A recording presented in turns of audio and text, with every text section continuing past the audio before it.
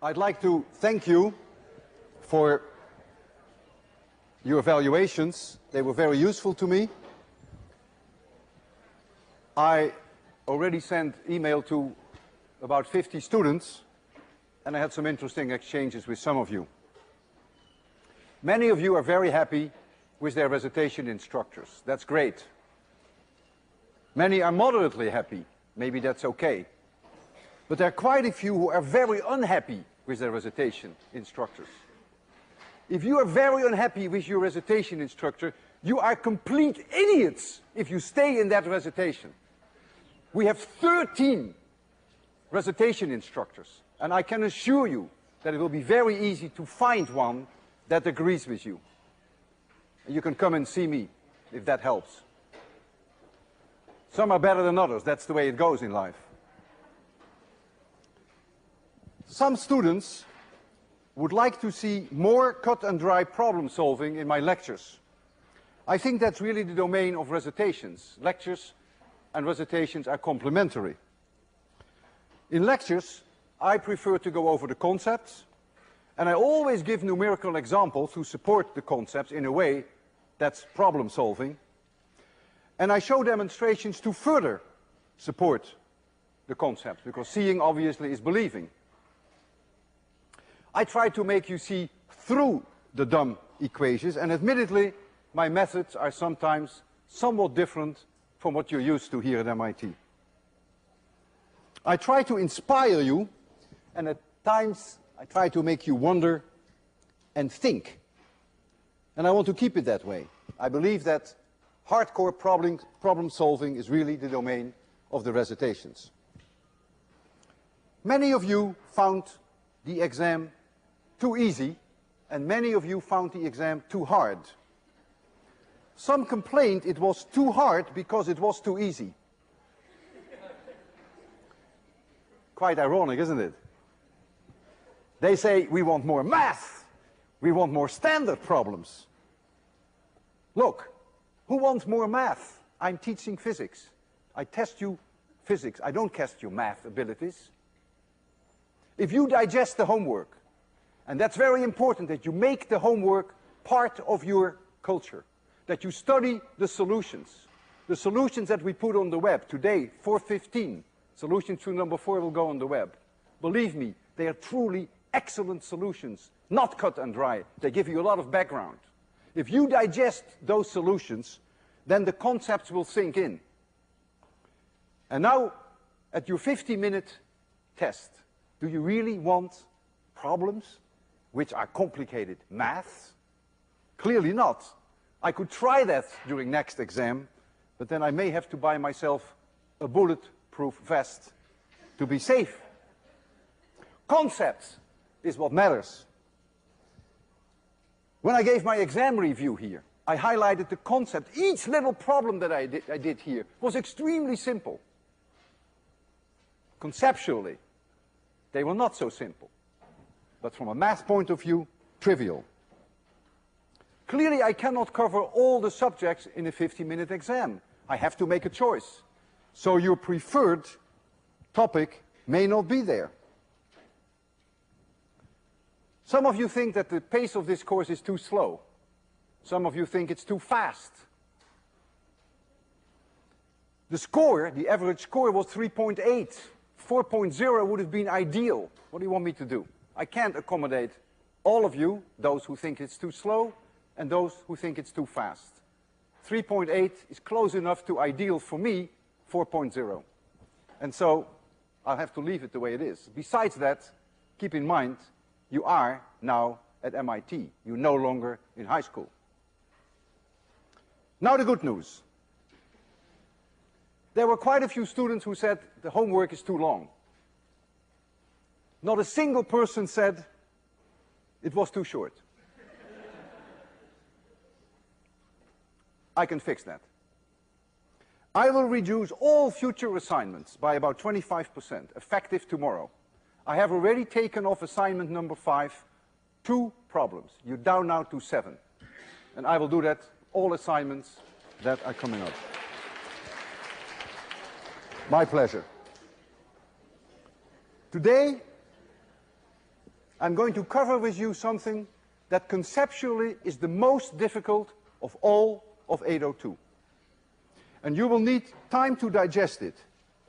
And if you think that what you're going to see is crazy, then you're not alone. The only good news is that conceptually it's not going to become more difficult. Remember that Ørsted in 1819 discovered that a steady current produces a steady magnetic field, and that connected electricity with magnetism. A little later, Faraday therefore suggested that maybe a steady magnetic field produces a steady current. And he did many experiments to show that. It turned out not to be so. And one way he tried that is as followed. He had here a battery with a switch, and here he had a solenoid. He closes the switch, a current will flow, and that creates a magnetic field in the solenoid. And that magnetic field, maybe it runs like so. Depends on the direction of the current. And so now he put around this solenoid a loop. Let's call this loop number 2. So it was around the solenoid. And let's call this loop number 1, of which the solenoid is part. Whenever there was a current in number 1, he never managed to see a current in number 2.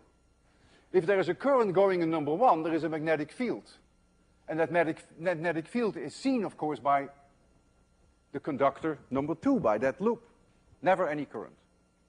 And so he concluded that a steady magnetic field, as produced by the solenoid, circuit 1, does not produce a steady current in number 2. But then one day, he noticed that as he closed the switch, he saw a current in number 2. And when he opened the switch, again he saw a current in number 2. And therefore he now concluded that a changing magnetic field is causing a current. Not a steady magnetic field, but a changing magnetic field.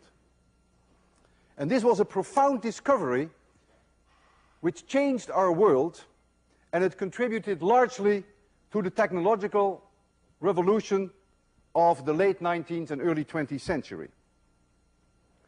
A current, therefore an electric field, can be produced by a changing magnetic field.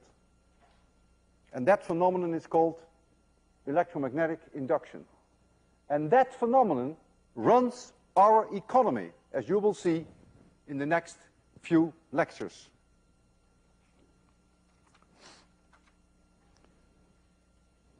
I have here a conducting wire, a square.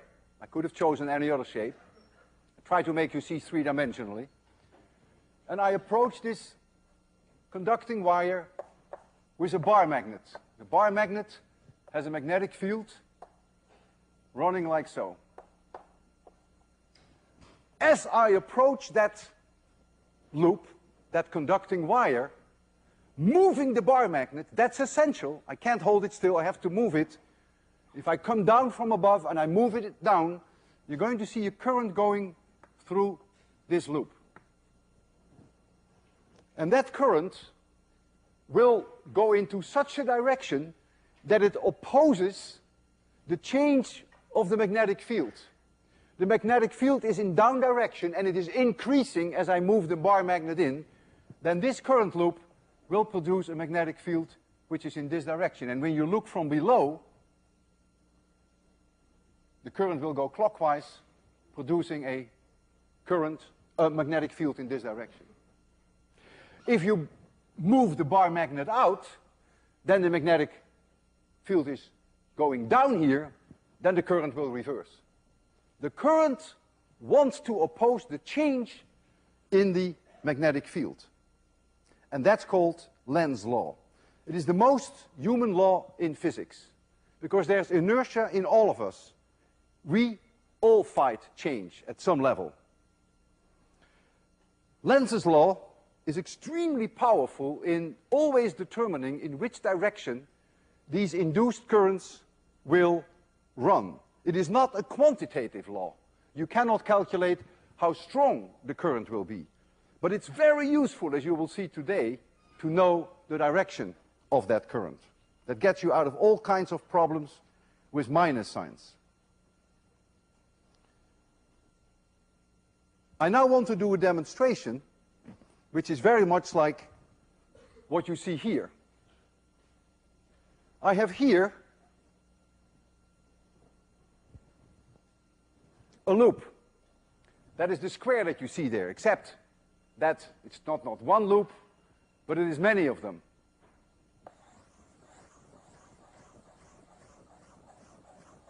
Hundreds, doesn't matter. And what we're going to show you is an ammeter that is connected. So there's somewhere in this circuit an ammeter. I have a bar magnet, and I'm going to approach this conducting loop with the bar magnet. And you're going to see a current running in one direction, and when I pull it out, it will be running in the opposite direction. And when I hold my hand still, so that the magnetic field is not changing, no current. You're going to see the current meter there.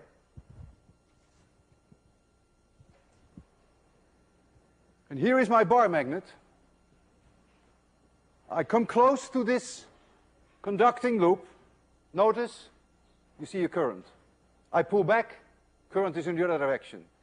Now I will go faster, so that the change of the magnetic field per unit time is stronger. More current. I go out fast. More current. So you see, it's the change of the magnetic field that matters. If I come in very slowly, which I do now, very slowly, you almost see nothing. And right now, the entire magnetic field is inside this loop. The strongest I can have it. Nothing happens because there is no change in the magnetic field. It's only when I do this that you see the current.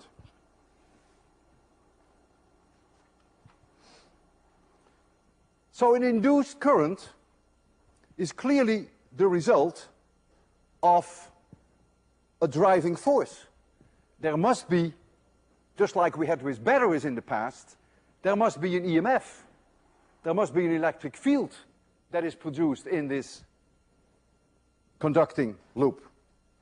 And so I create now an induced EMF. We used that word EMF earlier for batteries.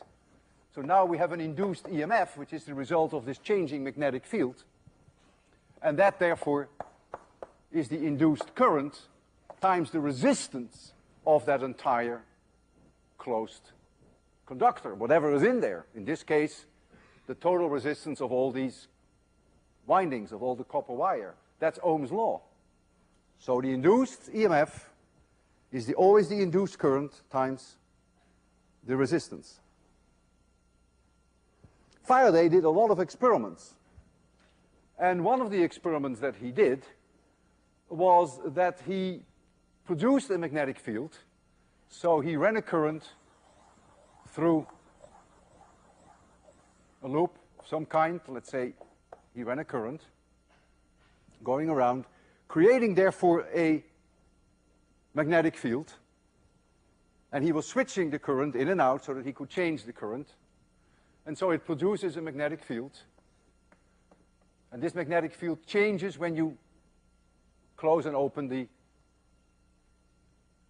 switch. And then here, he had his second conducting wire, just like we had there.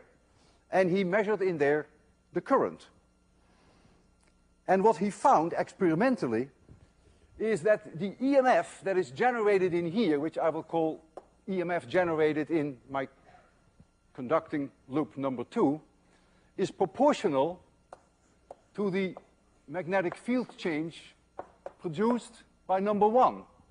So the field goes through number 2, and this field is changing. So he noticed that if the change is faster, as you just saw, you get a higher EMF. He also noticed that E2 is proportional to this area. so to the area of number 2. And that gave him the idea that the EMF really is the result of the change of the magnetic flux through this surface of number 2.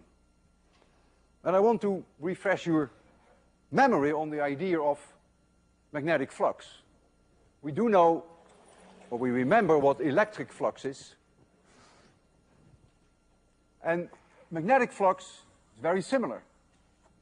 If this is a surface, and the local vector perpendicular to the surface is like so, of course it could be in a different direction, and the local magnetic field is, for instance, like so,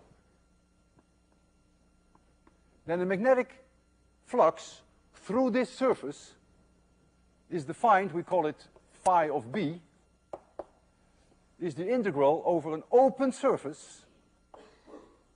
This is an open surface of B dot dA. And the electric field we defined in exactly the same way, electric flux, except we had an E here. There was nothing there. So if this magnetic flux is changing, Faraday concluded that then you have an EMF in this conducting wire. So essential is the change of the magnetic flux.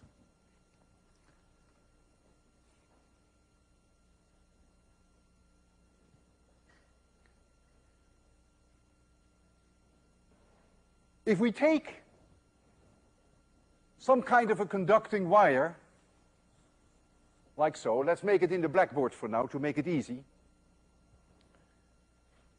And I attach to this wire a surface, because the moment that you talk about flux, you must always specify your surface. A flux can only go through a surface. So this is my surface now, for simplicity.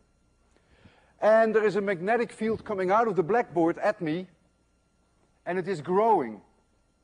It is increasing.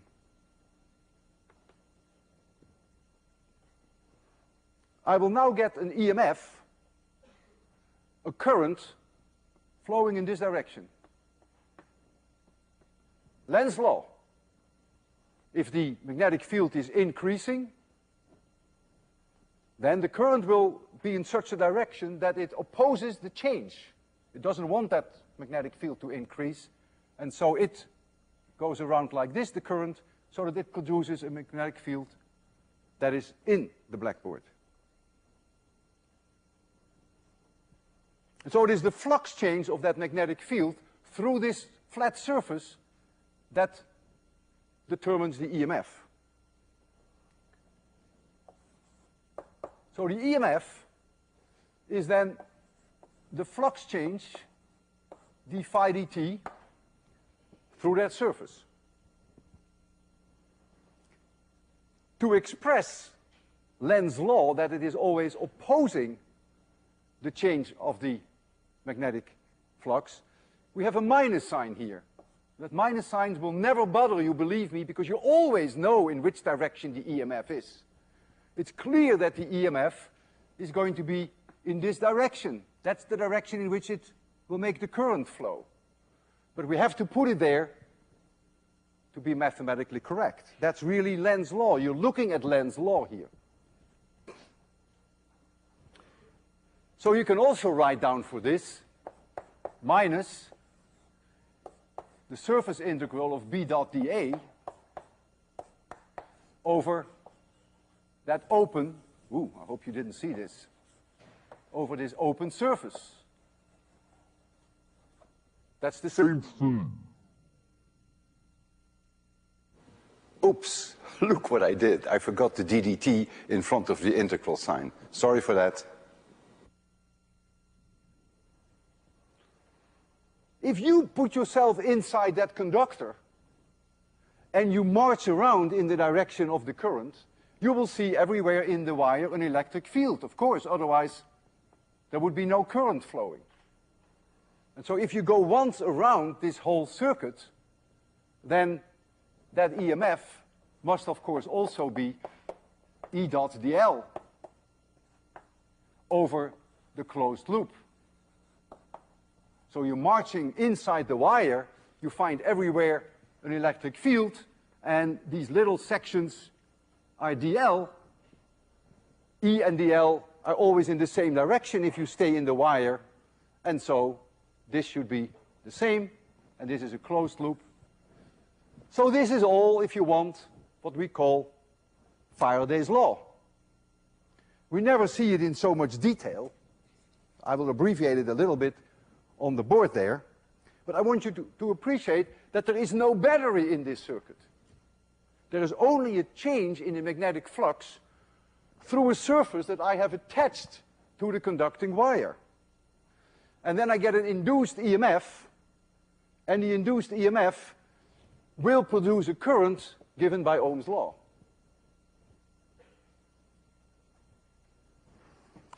So I want to write down now on that blackboard there Faraday's law in a somewhat abbreviated way, because we have all Maxwell's equations here. And so we now have that the closed loop integral, closed loop of E dot dl, that's that induced EMF. You can take minus d phi dt, or the time derivative of the integral B dot dA. That's the one I will take. Integral of B dot dA, and this is over an open surface. And that open surface has to be attached to this loop. And that is Faraday. We had Gauss' law. We have Ampere's law. We have this one, which tells you that magnetic monopoles don't exist. This would only not be zero if you had a magnetic monopole and put it in a closed surface. Come and see me if you find one. And this now is Faraday's law. So you think that all four Maxwell's equations are now complete. Not quite. We're going to change this one shortly. So we can't celebrate yet. We have to wait. It's the big party. There's always a little bit of an issue about the direction of dA. And I will explain to you how the convention goes, but it really is not so crucial, because Lenz's law always helps you to find the direction of the EMF. But if we are trying to be a purist, if this is my conducting loop, and if I attach a flat surface to this, if I did that, and if I go around the closed loop integral E dot dl, Faraday doesn't tell me which way I have to go. I can go clockwise, I can go counterclockwise. We will then do the same thing that we did before with Ampere's law, apply the right-hand corkscrew rule, and that is that if you march around clockwise, then dA will be in the blackboard, perpendicular to the blackboard, perpendicular to this surface, and if you go counterclockwise, then dA will come towards you. The surface doesn't have to be flat. It can be flat, there's nothing wrong with it, but there can also be a bag attached to it. As we also had earlier, I have here a closed conducting wire, and I could put a surface right here, but I can also make it a head, like this. Perfectly fine. Nothing wrong with that. That's an open surface attached to this loop. That's fine. You have a choice. And the convention with dA is then exactly the same, that if you go clockwise, then the dA would be in this direction. Using the right-hand corkscrew, locally here, if you went counterclockwise, the dA would flip over. So what is now the recipe that you have to follow? You have a circuit, electric circuit, that determines then your loops, of course. You can take loops anywhere in space, but that's not too meaningful. So you take them into your circuits. And so you define the loop first.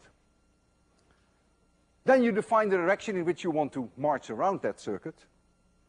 You attach an open surface to that closed loop. And you can determine on that entire surface the integral of B dot dA. Everywhere on that surface, locally you know the dA, locally you know the B, you do the integration and you get your magnetic flux. And then if you know the time change of that magnetic flux, then you know the EMF. If you go around in this conducting circuit and you measure everywhere the electric field, then the integral of E dot dl, if you go around the loop, would give you the same answer. And that connects the two. The magnetic flux change is connected with the integral of E dot dl when you go around. You have to take that minus sign into account. How come it doesn't matter whether you choose a flat surface or whether you choose a bag? Well, think of magnetic field lines as a flow of water or spaghetti, if you like that, or a flow of air. It is clear that if there is some kind of a flow of air through this opening, then it's got to come out somewhere. So it always comes out of this surface. And therefore, you're really free to choose that surface. So you always pick a surface that is the best one for you. Now, all this looks very complicated. But in practice, it really isn't. Because your loop is always a conducting wire in your circuit.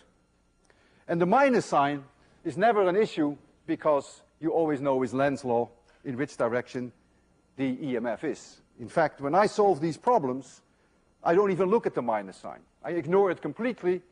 I calculate the magnetic flux change, and then I always know in which direction the current is. So I don't even look at the minus sign. Now I want to show you a demonstration which is very much like what Faraday tried to do. I have here a solenoid. We've seen this one before. We can generate quite a strong magnetic field with that. And we're going to put around this solenoid one loop, like we had here, like Faraday did. And then we're going to close the switch. And so we're going to build up this magnetic field, and we're going to see the current in that loop. And so if we make a cross-section straight through here, then it will look as follows. Then you see here the solenoid. So the magnetic field is really confined to the solenoid. Magnetic field outside the solenoid, as we discussed earlier, is almost zero. So there's only a magnetic field right here. Keep that in mind in what follows. And now we're going to put a wire around it with an ammeter in there. If the magnetic field comes out of the board and is growing, is increasing, the current will flow in this direction. Lenz's law. If it is decreasing, the current will go in the opposite direction. Now keep in mind that the magnetic flux through this surface, that is my surface which I attach to this closed loop, that magnetic flux remains the same whether I make the loop this big or whether I make the loop very crooked, like so, because the magnetic flux is only confined to the inner portion of the solenoid, and that's not changing. And so when I change the shape of this outer loop, you will not see any change in the current. I hope that doesn't confuse you. I'm going to purposely change the size of the loop. And so I'm going to do that now. You're going to see there a very sensitive ammeter.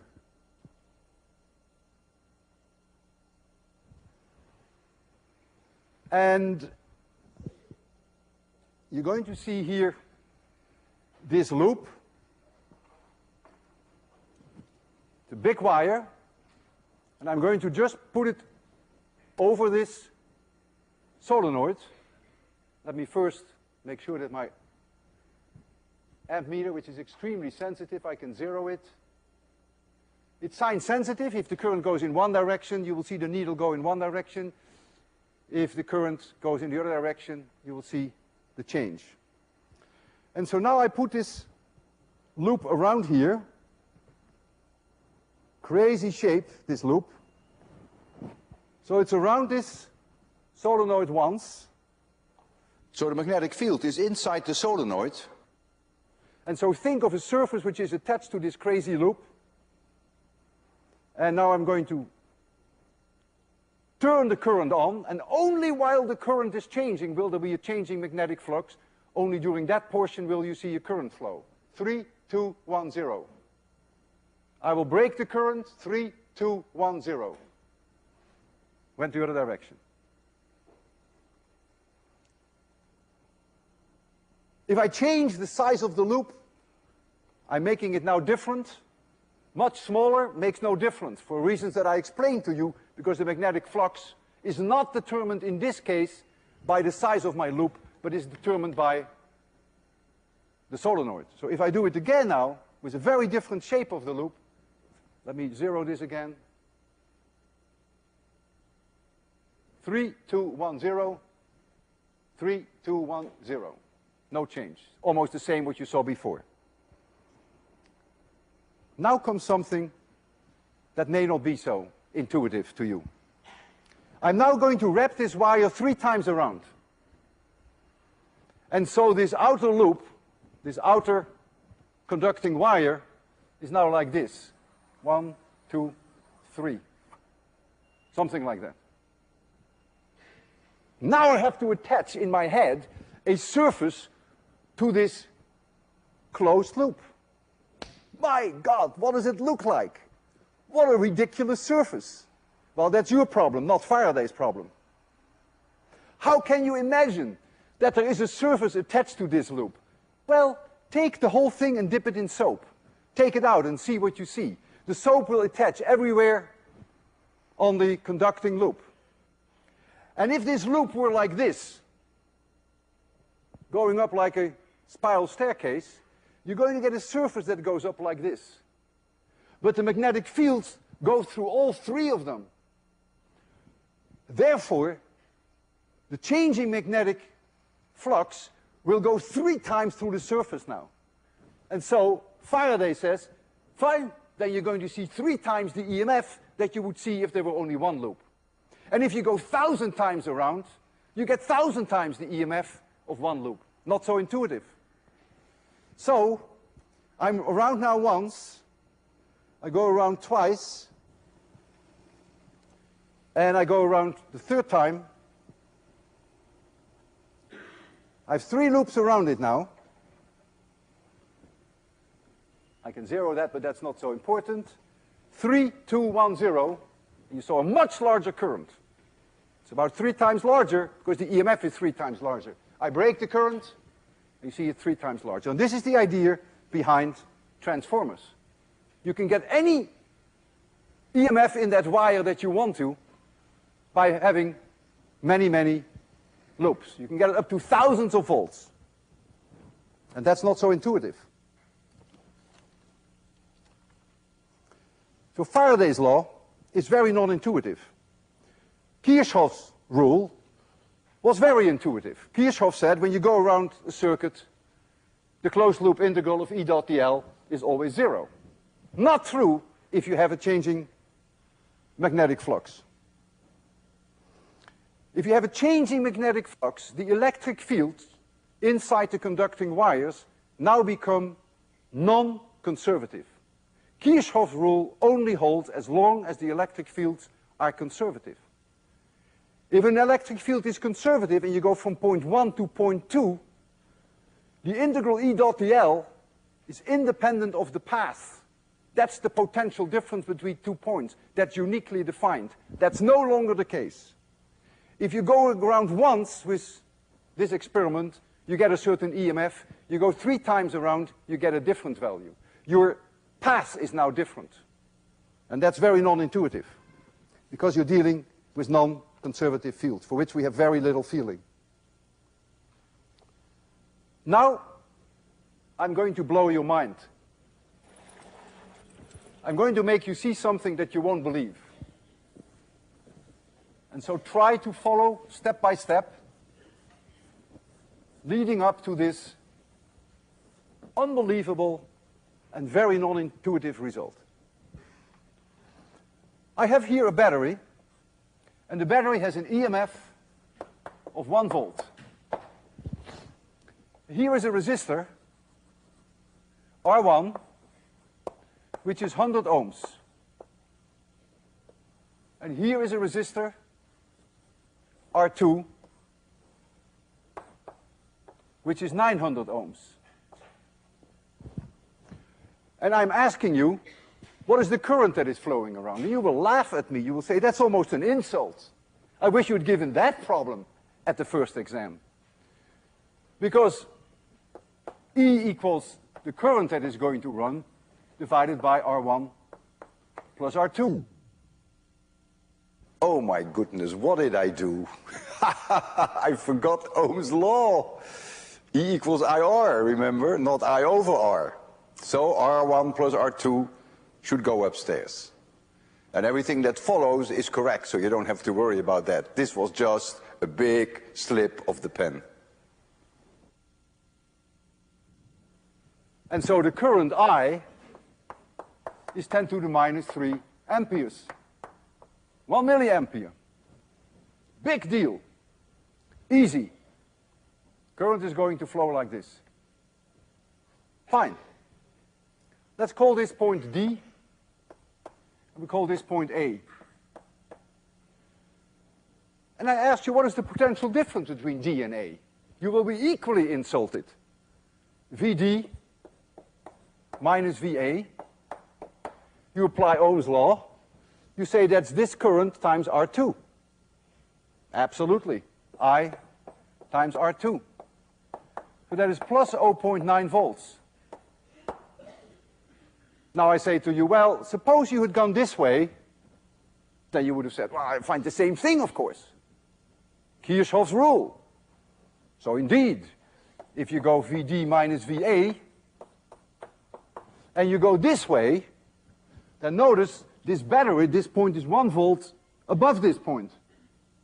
But you have in the resistor here, you have a voltage drop, according to Ohm's law. And the current times 100 ohms gives you a 1/10 voltage drop here. So VD minus VA is the 1 volt from the battery minus I times R1, and that is plus 0.9 volts. What a waste of time that we did it twice and we found the same result. So I connect here a voltmeter. The voltmeter is connected to point D and to point A. And I ask you, what are you going to see? The answer is plus 0.9 volts. And you will, provided that the plus side of the voltmeter is connected here and the minus side of the voltmeter there. Voltmeters are polarity sensitive. This is fine. Kirchhoff rule works. The closed loop integral from E dot dl going from D back to D is 0. So far, so good. Now, hold on to your chairs. I'm going to take the battery out. Who needs the battery? I'm going to replace the battery by a solenoid, which you see right here. And this solenoid, when I switch it on, is creating an increasing magnetic field, only here. And let's assume that that increasing magnetic field is coming out of the board and that it is increasing. Lenz's law will immediately tell you in what direction the current is. If this magnetic field is increasing towards you, the current will be in this direction. The magnetic flux change, the phi dt, at a particular moment in time happens to be 1 volt. An amazing coincidence, isn't it? E induced at the moment in time is 1 volt. So now, I ask you, what is the current? Well, you'll be surprised that I even have the courage to ask you that, because Ohm's law holds. The induced EMF is 1 volt, and R1 plus R2 is still 1000 ohms, so 10 to the minus 3 amperes. I really make a nuisance of myself when I say, what is VD minus VA? And you get annoyed at me and you say, look, the current I through R2, Ohm's law, V equals IR plus 0.9 volts. And then I say, but now suppose we go the other side. And we want to know now what VD minus VA is. And now, it's not so simple, because there's no battery. And so now, when I go from D to A, I don't have this 1. And therefore, I now find minus 0.1 volts. I find a totally different answer. I attach a voltmeter here. That voltmeter will show me plus 0.9 volts. Now I attach a voltmeter here. The same one. I flip it over. It's connected between point D and point A. It will read minus 0.1 volts. This voltmeter, which is connected between D and A, reads plus 0.9. This voltmeter, which is connected to D and A, reads minus 0.1. The two values are different. And I placed on the web a lecture supplement which goes through the derivation step by step, which will convince you that indeed this is what is happening. Why we can't digest this so easily is we don't know how to handle non-conservative fields. If you have a non-conservative field, then if you go from A to D of E dot dl, or from D to A for that matter, it doesn't matter, the answer depends on the path. It's no longer independent of the path. And so, if here is D and here is A, and you go this way, you find 0.9 volts plus. If you go this way, you find minus 0.1 volts. Faraday has no problems with that. Kirchhoff has a problem with that. But who cares about Kirchhoff? Faraday is the law that matters. Because Faraday's law always holds. Because if the phi dt is 0, then you get Kirchhoff's. Kirchhoff's rule is simply a special case of Faraday's law. And Faraday's law always holds. So Kirchhoff is for the birds, and Faraday is not. Suppose you go from D to A and back to D. Well, we know that Vd minus Va, if we go through this, if we go this way through R2, we know that Vd minus Va is plus 0.9 volts. Now we are at A, and we go through the left side back to D. So we now have Va minus Vd. That, of course, is now plus 0.1 volts, because remember, if Vd minus Va is minus 0.1, then Va minus Vd is plus. And so we add them up, and we find that Vd minus Vd is plus 1 volt. Kirchhoff said, has to be 0, because I'm back at the same potential where I was before. Faraday says, I'm sorry, you can't do that.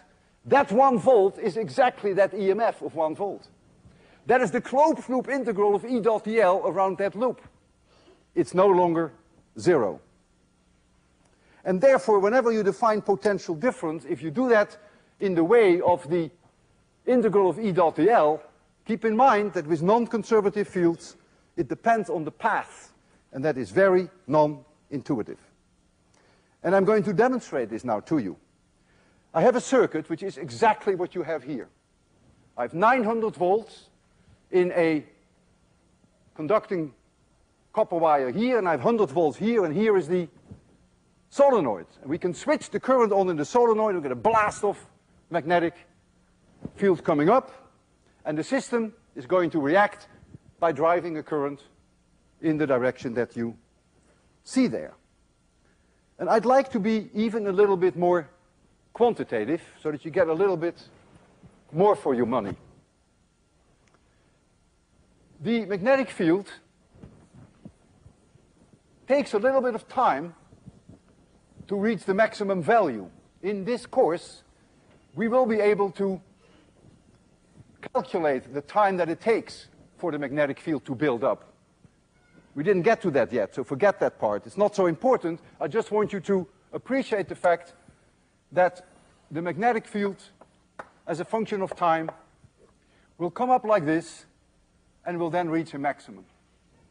It's no longer changing. It's constant. It's a maximum value. It's very high. It's 700-800 Gauss or so for this unit. We are not interested in the magnetic field. We're interested in the change of the magnetic field. So the change of the magnetic field, dB dt, is going to be something like this. That's the derivative of this curve. And that is proportional with the induced EMF, and that's proportional with the current through Ohm's law. So if we now plot the voltage as a function of, let me do that here, the voltage as a function of time, then that voltmeter on the right side, I call that V2, will do this. This is V2, which is I times R2. At the maximum value, if those values were correct, it would be 0.9 volts. And V1 will go like this. V1 equals minus I times R1. That gives me the minus 0.1 volts. So the question now is, what is the largest value of the dB/dt that we can expect? We also have to know the surface area of the solenoid, so we can convert it to a flux change. Well, the change in magnetic field is roughly at the fastest here is about 100 Gauss in 1 millisecond. Very roughly. So that would mean a field change dB/dt, that's the maximum value possible only in the beginning, of about 10 Tesla per second. And the surface area, which is that inner circle there through which the flux is changing, the fact that my surface has to be attached to that loop doesn't change the magnetic flux. The magnetic flux is only determined, of course, by that inner portion. And so if the inner portion has an area of, say, 10 square centimeters, which is 10 to the minus 2 square meters, then the phi dt will be approximately 10 times 10 to the minus 2, so that's about 0.1. And that's volts. That's EMF. I don't care about the direction because I know Lenz's law. So you're going to see an experiment which is almost identical to what I have there, except all values are down by a factor of 10. But that's all. And you're going to see that demonstration there. And a few years ago, when I first did this experiment in 26100, there were several of my colleagues, professors of both the physics department and the E department, in my audience. And some did not believe what they saw. In fact, it was so bad that after my lecture, they came to me and some accused me for having cheated on the demonstration. This tells you something about them. Imagine professors in physics and professors in electrical engineering department who did not believe what they were seeing. That tells you how non-intuitive this is. The simple fact that we had one voltmeter connected to point D and A and another voltmeter connected to the same point, they were unwilling to accept that the two voltmeters read a totally different value. They were not used to non-conservative fields. Their brains couldn't handle it. But that's the way it is. And I'm going to show this to you now. You're going to see it there. And when you see this demonstration, it will be probably the only time in your life that you will ever see this. And I want you to remember this. You're going to see something that is very strange, and I want you to tell your grandchildren about it. That you have actually seen it with your own eyes. You're going to see it there. On the left side, you're going to see V1, and on the right side, you're going to see V2. The vertical scale is such that very roughly, from here to here is about 0.1 volts. And a horizontal unit is about 5 milliseconds. And the whole voltage pulse lasts about 10 milliseconds, because from here to here is about 10 milliseconds. And the value that you expect for V2 will be 9 times higher than V1, and the polarities will be reversed. If you're ready for this big moment in your life, 3, 2, 1, 0. Look on the left, there's V1. Notice, it's negative. Look on the right, there's V2. It's about 9 times larger than V1. Don't pay any attention to this wiggle. That has to do with the voltage that we apply, which is not exactly flat. And notice that the whole pulse goes from here to here, lasts about 10 milliseconds. The moment that the magnetic field reaches a maximum and remains constant, there is no longer any induced current. Think about this, give this some thought. This is not easy, and have a good weekend.